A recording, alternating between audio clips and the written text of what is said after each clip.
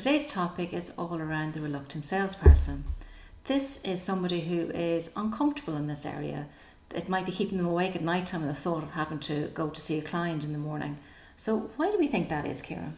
A lot of it can be due to bad experience in the past, or the bit too worried about things that may or may not happen in the future, instead of taking it back to reality, which is what's happening now, and maybe taking the word sell or sales out of it and just treating it like, say, a conversation whereby you're just finding out what the customer wants and you're going to tailor what you have to offer on the back of a conversation. The important thing about a conversation is actually asking questions and then listening to the answers and letting their answers tailor what the conversation is about. So therefore, when you ask the questions, listen to what they have to say, enjoy the conversation and see how things go. Instead of making a big deal about having to sell what you think you want them to have, try and find out what they'd like, have a conversation, listen and take it from there.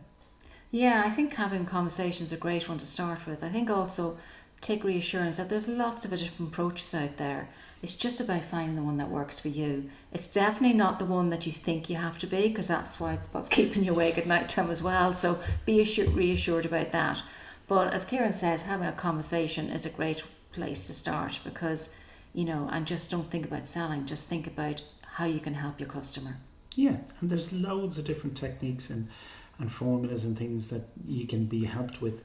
Because remember, a lot of the time, people might have had great experience in what they do, i.e. they might be an accountant or a solicitor and they're very highly trained, but they haven't had any training or experience in selling.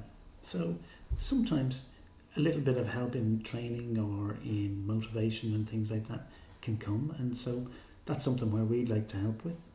Yeah, so it's really where you're at the moment. So start with a conversation, then definitely look and see what skills and techniques you can develop and processes, and go from there. So that's the kind of thing that we feel passionately about, and we want to work with people who maybe want a little bit of help or a bit of advice, or maybe team up and connect with, so that we can help them move forward in their sales and marketing life.